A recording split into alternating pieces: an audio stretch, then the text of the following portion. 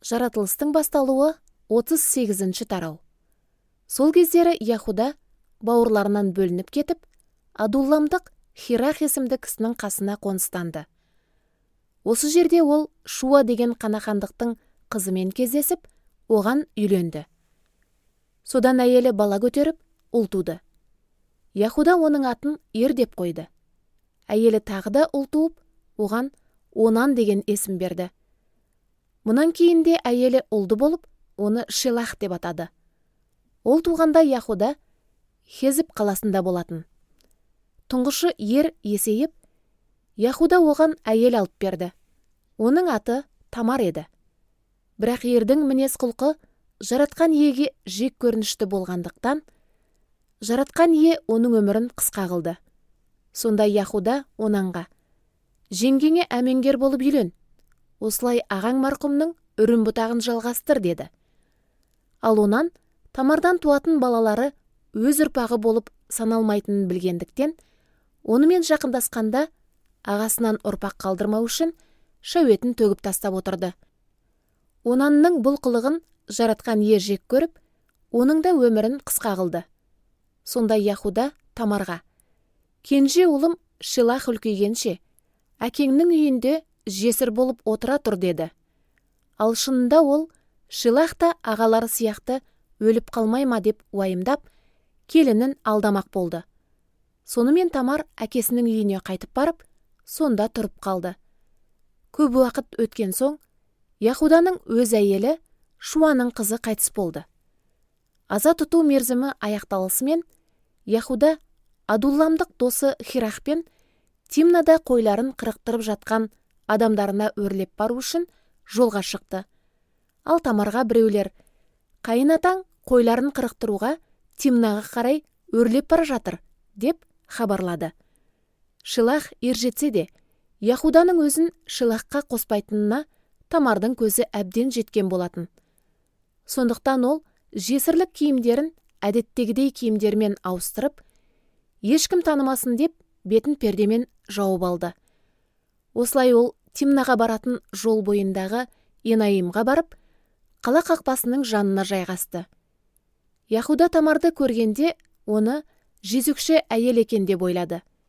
Өйткені ол бетін пердемен жауып алған еді. Оның өз келіні екенін білмей, көшеден бұрылып келіп, оған: «Жүр, мен саған кіріп шығайын», деді. Әйел: «Маған кіріп шықсаңыз, не бересіз?» деп сұрады. «Саған отарымнан бір лақ беріп жіберемін». «Маған лағыңызды жібергенше, кепілдікке бір нәрсеңізді бере тұрыңыз». Яхуда: «Қандай кепілдік беруім керек?» деп сұрағанда, әйел: «Мөріңізді, бауыңызды, қолыңыздағы таяғыңызды» деп талап етті. Яхуда оған сұрағандарын берді. Онымен болып шыққаннан кейін Тамар жүкті болды. Сол жерден шығысымен ол бет пердесін алып тастап, жесірлік киімдерін қайтадан киіп алды. Яхуда қалдырған кепілдік заттарын қайтарып алу үшін лақты Адулламдық дос арқылы беріп жіберген еді. Бірақ ол әйелді таба алмады. Сонда досы сол жердің тұрғындарынан: «Енаимға баратын жолда отырған жезөкше қайда?» деп сұрады. Олар: «Мұнда жезөкше болған емес», деді. Досы Яхудаға қайтып келіп: «Оны таппадым. Жергілікті адамдар сол жерде ешқандай жезөкшенің болмағанын айтты», деді. Яхуда: «Онда сол заттар әйелде қала берсін. Әйтпесе күлкіге қалып жүрерміз. Мен оған лақты жіберуін жібердім. Бірақ сен оны таба алмадың ғой», деп шешті. 3 айдан кейін Яхудаға мынадай хабар келіп жетті: «Келініңіз Тамар жеңіл жүріске салынып, жүкті болып қалған көрінеді». Сонда Яхуда: «Оны алып шығып, өртеу керек», деп бұйырды. Тамарды қаланың сыртына алып шыққан кезде, ол қайынатасына кісі жіберіп: «Мен мына заттардың иесінен жүкті болып қалдым.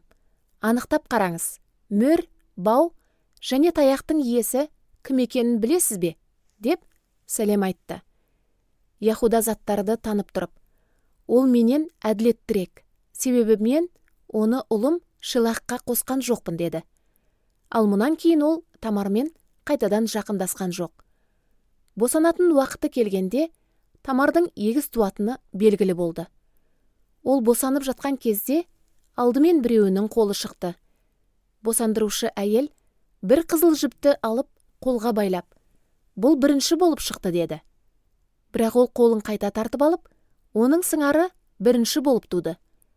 Босандырушы әйел таңғалып, сен қалайша бұзып жарып, бірінші боп шықтың деді. Сондықтан оған Парес, бұзып жарушы деген ат қойды. Одан кейін қолына қызыл жіп байланған інісі де туды. Оны Зарах, қызыл, таң шапағы деп атады.